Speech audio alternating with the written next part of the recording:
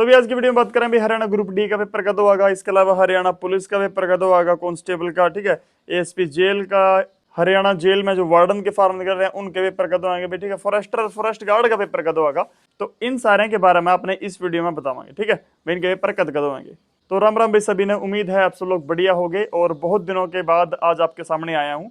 ठीक है, बीच में हालात कुछ ऐसे थे, कुछ तो जीरी का सीजन चल रहा था भाई, उसमें भी थोड़ा, तो उसमें भी बहुत सारा टाइम खेत में देना पड़ रहा था। इसके अलावा जो सा मेरा ये पुराना माइक था ये घर क्या वॉशिंग मशीन में धो दिया, तो उसका भी खर्चा आज करना पड़ गया। ठीक है, तो इस वजह से भी वीडियो बीच में नहीं बन पाई क्योंकि इसमें आवाज क्लियर नहीं आती है। ठीक है, बहुत सारा शोर हमेशा अपने आसपास रहा है, तो सारा शोर भी फिर बाद में कैप्चर हुआ, फिर वीडियो में मजा नहीं आता वीडियो बनाएगा। ठीक है, तो भी आज बात करेंगे हरियाणा ग्रुप डी की भर्ती की और इसके अलावा हरियाणा पुलिस वार्डन जो भी है, मतलब फॉरेस्ट गार्ड, इनका पेपर कब होगा।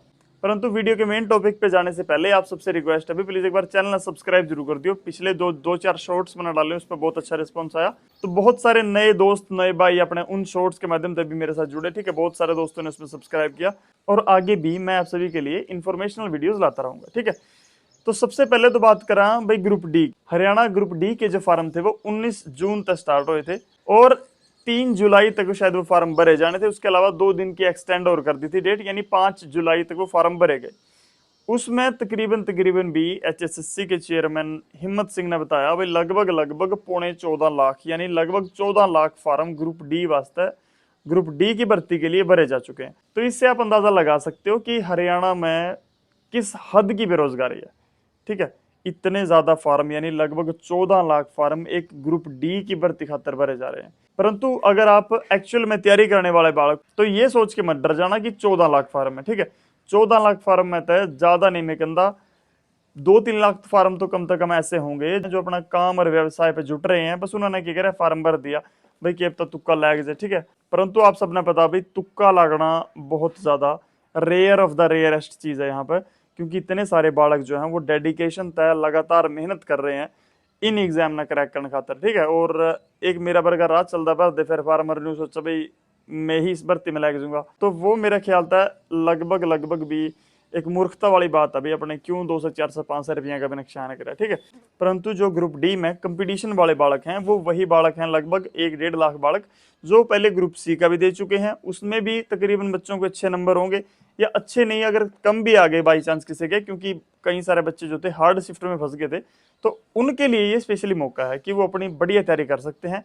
और इसमें फिर वो झंझट भी नहीं है कि आपने एक पेपर देना उसके बाद दूसरा मेंस का देना, इसमें सिर्फ आपने एक ही एग्जाम देना है और एक एग्जाम के बेस पर ही आपकी सिलेक्शन हो जाएगी। ठीक है, परंतु ट्विस्ट वाली बात यह है कि जहां ग्रुप सी की भर्तियां ज्यादा हैं, मुझे नहीं लगता कि ग्रुप डी की भर्ती उतनी हो पाएंगी। ठीक है, 15-20 हजार वैकेंसी अगर आ भी जाती हैं तो ग्रुप सी वाली भर्तियां जो है वो ज्यादा ही होंगी। टोटल अगर मैं सारी को जोड़ूंगा तो वो ज्यादा ही होंगी। ठीक है, वो लगभग 30,000 के आसपास आराम से हो जाएंगे। ठीक है, तो ये गोल्डन चांस है भाई, जिन बालकों का पेपर अच्छा नहीं होया था या हार्ड शिफ्ट में फंस गए थे तो वो अपनी तैयारी जारी रखो, किसी भी कंडीशन पर ये मौका अपने हाथ तक मत जाने दो। ठीक है, ग्रुप डी की सैलरी भी अच्छी होती है भाई, लगभग 26-27 हजार के आसपास आपको लगते ही सैलरी मिलेगी। सोने पे सुहागा ये हो जाता है कि ग्रुप डी वालों को 8-10 किलोमीटर में तकरीबन ज्वाइनिंग मिल जाती है। ठीक है, तकरीबन की बात कर रहा हूँ मैं, देखो 100% की तो नहीं कह सकता, परंतु मोस्ट ऑफ द जो कैंडिडेट हैं उनको पास में ही नौकरी मिल जाएगी। और ये बिल्कुल सोने पे सुहागे वाली बात है कि 20-25-30 हजार तक की नौकरी भी मिलेगी और डेली फिर अपना सुबह घर से जाओ शाम को घर पे आ जाओ, वीकेंड्स पे छुट्टी रहेगी, हॉलीडेज जो गवर्नमेंट हॉलीडेज हैं वो बहुत सारे होते हैं। ठीक है, स्कूल वाला डिपार्टमेंट मिल गया तो फिर महीने महीने की छुट्टी भी आपकी होगी भाई। ठीक है, तो टोटली तो हम ग्रुप डी वाली भर्ती को क्रिटिसाइज नहीं कर सकते, ये सिर्फ नाम की ग्रुप डी है, आप अच्छी तैयारी करो और भर्ती को ले जाओ। ठीक है, बात करते हैं भाई ग्रुप डी के एग्जाम की, तो देखो लगभग भी 14 लाख कैंडिडेट हैं। 14 लाख कैंडिडेट्स को एग्जाम में बिठाना, एग्जाम अच्छे से कंडक्ट करवा पाना बहुत मुश्किल बात है हरियाणा वालों के लिए। ठीक है, वैसे तो एसएससी करवा देती है, पर हरियाणा वालों के लिए बहुत मुश्किल बात है। ठीक है, तो इसके लिए पहले ये सारा डाटा मैनेज किया जाएगा, मैनेज करने के बाद फिर आपके एग्जाम की प्रोसेस शुरू होगी। और इसमें मैं ज्यादा नहीं कहता, तो आप 6 महीने तो कम से कम मान के चलो। ठीक है, यानी अब चल रहा है जुलाई और 6 महीने बाद आ जाएगा जनवरी, तो ये एग्जाम जो है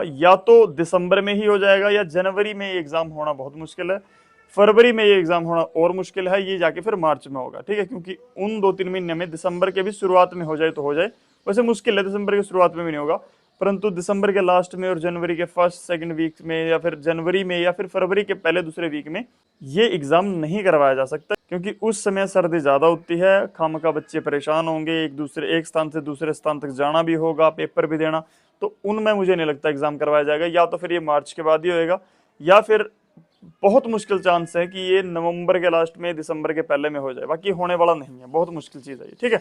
अगर मैं सीधा सीधा कहूं तो ये एग्जाम इस साल में कंडक्ट करवा पाना मुश्किल है भाई, ठीक है। ग्रुप डी का एग्जाम इस साल में मुश्किल ही होगा, परंतु इसका मतलब ये बिल्कुल भी नहीं है कि आप तैयारी छोड़ दो भाई 6-7 महीनों के लिए, ठीक है। जो बच्चा अभी से कंसिस्टेंसी से 3-4 घंटे डेली पढ़ेगा भाई, वो डेफिनेटली सिलेक्शन लेके जाएगा, ठीक है।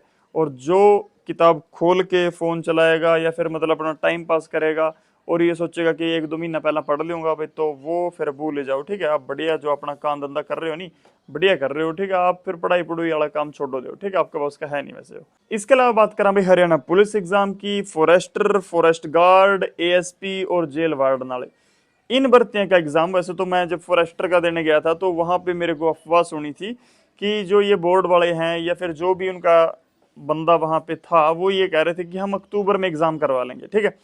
परंतु कहीं ना कहीं मुझे नहीं लगता कि अक्टूबर में एग्जाम पॉसिबल है। अक्टूबर में तो डेफिनेटली नहीं हो पाएगा।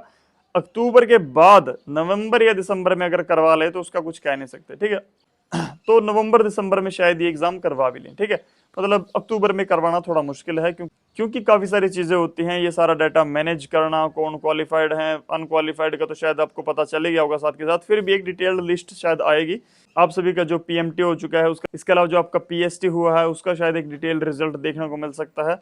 परंतु फिर भी डाटा मैनेज करना भी, सेंटर एक्वायर करने और स्टाफ एक्वायर करना, स्टाफ को मैनेज करना, पेपर बनाना, पेपर तो शायद बन भी जाए, तो मतलब बहुत सारी चीजें होती हैं जो ध्यान में रखनी पड़ती हैं एग्जाम करवाने से पहले। तो एग्जाम जो है वो अक्टूबर में हो पाना बहुत मुश्किल है, तो मुझे नहीं लगता कि अक्टूबर में हो जाएगा। परंतु ये बात मैं कभी नहीं कह रहा कि आप तैयारी ना करो भाई, तैयारी लगातार करो, अक्टूबर में नहीं तो नवंबर में हो जाएगा, नवंबर में तो दिसंबर में हो जाएगा, यानी उन 2-3 महीनों में होने के चांसेस हैं। फिर अगर नवंबर दिसंबर में नहीं हुआ तो फिर मार्च अप्रैल में होगा भाई, ठीक है। और जब तक तो आपकी बहुत बड़ी तैयारी हो जाएगी, वैसे मार्च अप्रैल में नहीं कह रहा, तो नवंबर तो आप मान के चलो कि आपका नवंबर में एग्जाम होगा, और तब तक आपके पास बढ़िया मौका है अपनी तैयारी करने का, ठीक है। बढ़िया तरीके से तैयारी करो, और ये मौके बार बार नहीं मिलते, अगर आपको मौका मिला है तो डेफिनेटली सिलेक्शन लेके जाओगे, ठीक है।